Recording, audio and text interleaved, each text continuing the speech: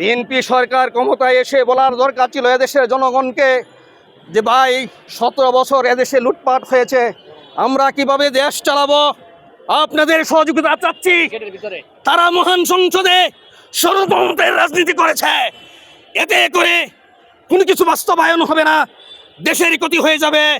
কারণ বিশ্ব যে রাজনীতি অস্থিরতা চলছে, সেই অস্থিরতাও আমাদের এই সরকারের উপর প্রভাব পড়বে। আমরা এমনই এদেশের যে লুটপাট হয়েছে এবং বহির্বিশ্বে যেভাবে দ্রব্যমূল্য সহ, যেভাবে জ্বালানি তেল সহ যেভাবে সমস্যায় পড়েছে, সেটা নিয়ে তটস্থ থাকার কথা ছিল। জুলাই সনদ বাস্তবায়ন করে বিশ্ব যে অস্থিরতা ছিল সেটার দিকে মুভ করার কথা ছিল, কিন্তু সেটা না করে এদেশের জনগণকে ডিভাইডেশন করেছে। এদেশের মানুষ রাস্তায় দাঁড়িয়ে তার অধিকার এস্টাবলিশ করবে।